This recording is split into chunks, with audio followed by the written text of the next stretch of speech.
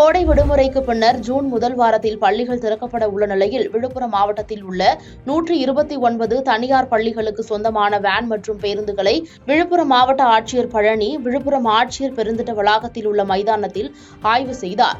ஆய்விற்கு பிறகு பேட்டியளித்த ஆட்சியர், அரசின் வழிகாட்டு நெறிமுறைகள் முழுமையாக செய்யப்பட்ட வாகனங்களை மட்டுமே அனுமதி அளிக்கப்பட்டிருப்பதாக தெரிவித்தார். மேலும் சில பேருந்துகளில் இருக்கை கைப்பிடிகள் உடைந்திருந்ததால் சரி செய்து கொண்டு வரும்படி அறிவுறுத்தி திருப்பி அனுப்பி இருப்பதாகவும் தெரிவித்தார். ஒவ்வொரு வாகனத்தில் என்னென்ன குறைபாடுகள் இருக்குங்கிறதையும் பாயிண்ட் அவுட் பண்ணி சொல்லியிருக்கோம்.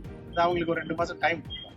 ஜூனுக்குள்ள திரும்ப அவங்க ரெக்டிஃபை பண்ணி வண்டியை கொண்டு வந்து நம்ம ஆய்வு பண்ணி சரியாக செஞ்சிருக்காங்கிறது என்ஷூர் பண்ணணும்.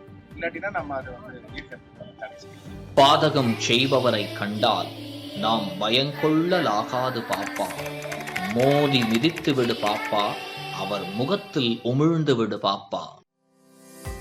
அண்மை செய்திகளை உடனுக்குடன் தெரிந்து கொள்ள இணைந்திருங்கள் இயம்நாடு தொலைக்காட்சியுடன்.